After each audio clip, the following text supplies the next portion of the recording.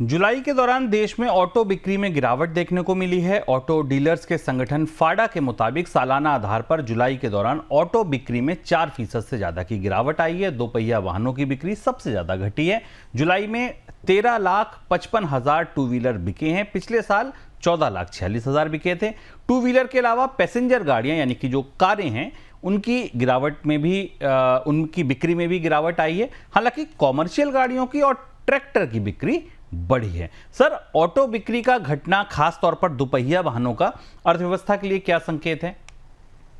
Auto sector की सुस्ती, auto sector में जो मांग में कमी है वो दूर होती नहीं दिख रही है। एक और महीने के आंकड़े आए और आमतौर पर फाडा के आंकड़े इसलिए महत्वपूर्ण होते हैं क्योंकि ये वास्तविक बिक्री बताते हैं डीलर के यहाँ से उपभोक्ताओं के स्तर पर, क्योंकि ये रजिस्ट्रेशन को ट्रैक करते हैं। जबकि जब हम ऑटोमोबाइल के उत्पादन के आंकड़े कंपनियों की तरफ से, सियाम की तरफ से लेते हैं तो उत्पादन के आंकड़े होते हैं। अगर आप अपने सामने देखें तो टू व्हीलर की बिक्री में गिरावट आई है। इससे जो बात कही जा रही है कि रूरल मार्केट से डिमांड आ रही है उसको कंट्राडिक्ट करती है, उससे उस असंगति लगती है कि कहा जा रहा है कि ग्रामीण बाजार बेहद अच्छी चल रही है, लेकिन ऐसा नहीं है। इसमें ठीक ठाक गिरावट है, 6% के आसपास की ईयर ऑन ईयर गिरावट दिखाई दे रही। पैसेंजर व्हीकल में वैसे ही दबाव बना हुआ है, लगभग वैसी ही स्थिति है जो पिछले साल थी। कोई बड़ी बढ़ोतरी नहीं हुई क्योंकि छोटी कारें बिक नहीं रही और मझोली कारों की जो डिमांड थी वो अब सीमित हो गई है। कॉमर्शियल व्हीकल में हल्की फुल्की बढ़ोतरी है। ट्रैक्टर सबसे इंपॉर्टेंट है, ट्रैक्टर में करीब 11% की बढ़ोतरी दिखाई दी है। ये ग्रामीण इलाकों में बढ़ती गतिविधि का एक संकेत माना जा सकता है। एग्रीकल्चर के कामों के लिए और बाकी जरूरतों के लिए ट्रैक्टर्स की बिक्री बढ़ी है। पर ऑटोमोबाइल बाजार की तस्वीर में बहुत उत्साहवर्धक संकेत हमें नहीं दिख रहे हैं।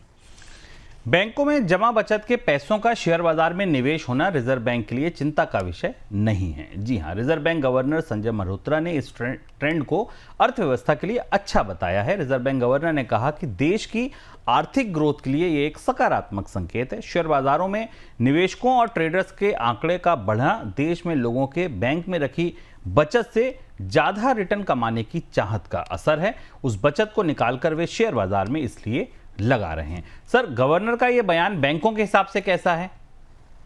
स्वाभाविक है, गवर्नर रोक भी नहीं सकते। लोगों की बचत है और लोग बैंक में रखे हैं, स्टॉक मार्केट में लगाएं। ये शिफ्टिंग तो हो रही है पर बैंकों के लिए थोड़ा चुनौतीपूर्ण है क्योंकि इस समय जबकि ब्याज दरों में निर्णायक कमी हो चुकी है, डिपॉजिट्स पर इंटरेस्ट रेट बेहद कम है। ऐसी स्थिति में आरबीआई अगर ये बात कह रहा है कि लोगों को स्टॉक मार्केट में या बाकी जगह निवेश करना चाहिए तो बैंकों के पास जो पूंजी है और उन्हें जो कैपिटल चाहिए उसमें जरूर गिरावट आएगी।